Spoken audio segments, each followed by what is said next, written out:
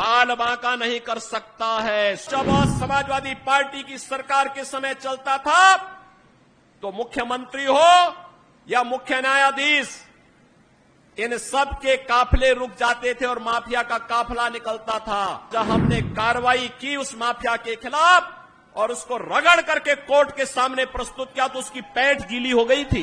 निर्दोष लोगों को मारोगे तो मिट्टी भी नहीं मिल पाएगी। जिनकी गर्मी हम शांत कर चुके हैं उनको गर्म मत होने दीजिए। अभी जम्मू कश्मीर से आ रहा हूं और केवल यहां की सभा के लिए आया हूं, अन्यथा मेरे और भी कार्यक्रम थे। मैंने कहा नहीं, मैं जाऊंगा सरधना में, मैं इस बार जरूर जाऊंगा, 24 में मैं जरूर जाऊंगा। और बहनों भाइयों, मैं इसीलिए आया हूं आपसे कहने के लिए, जो लोग गुमराह कर रहे हैं उनके गुमराह में आने की आवश्यकता नहीं। ये लोग कभी नहीं आएंगे। फिर जाति के सौदागर उपयोग करेंगे, बाद में सौदेबाजी करके गायब हो जाएंगे। हमें किसी भी ऐसे व्यक्ति के बहकावे में नहीं आना है जिससे हमारा राष्ट्र धर्म खतरे में आए। याद रखना, इस देश के राष्ट्र धर्म को हमेशा खतरा जब भी आया है, इन्हीं लोगों के कारण आया है जिन्होंने जातीयता के आधार पर समाज के सामाजिक ताने बाने को छिन्न भिन्न किया है, हमेशा छिन्न भिन्न किया है। और बहनों और भाइयों, मैं आपको इस बात के लिए आश्वस्त करता हूं कि कोई माय के लाल बाल बांका नहीं कर सकता है। सुरक्षा की इतनी पुख्ता व्यवस्था हमने की है यूपी के अंदर। आज आप देखते होंगे बड़े बड़े दुर्दांत माफिया और अपराधी किस कदर उनकी दुर्गति हो रही है।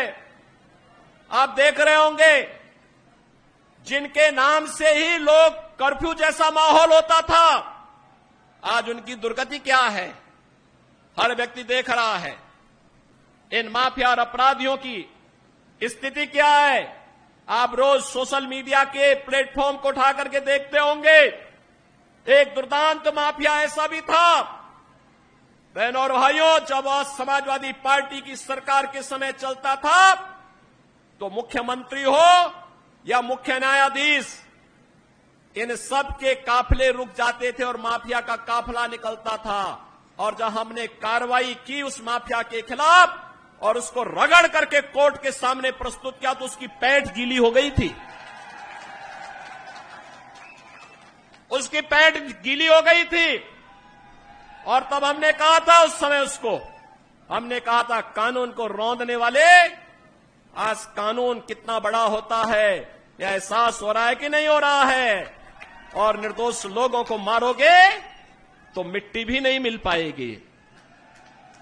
और बहनों और भाइयों, इसीलिए मैं आया हूं आपसे कहने के लिए, देखो, जिनकी गर्मी हम शांत कर चुके हैं उनको गर्म मत होने दीजिए। अब इस क्षेत्र को विकास की मुख्य धारा के साथ जुड़ने दो। उनकी सबकी गर्मी शांत हो गई है, वे गए काम से। और इसीलिए मैं आप सबसे अपील करने के लिए आया हूं कि पूरे देश की एक आवाज है, पूरा देश एक ही स्वर में बोल रहा है। और वह बोल रहा है कि फिर एक बार मोदी सरकार, फिर एक बार, थोड़ा जोर से बोलिए, यहां की आवाज दिल्ली तक पहुंचाइए, फिर एक बार मोदी सरकार। यह मोदी सरकार की जो गूंज पूरे देश के अंदर है, इस पूरी गूंज को घर घर पहुंचाना है।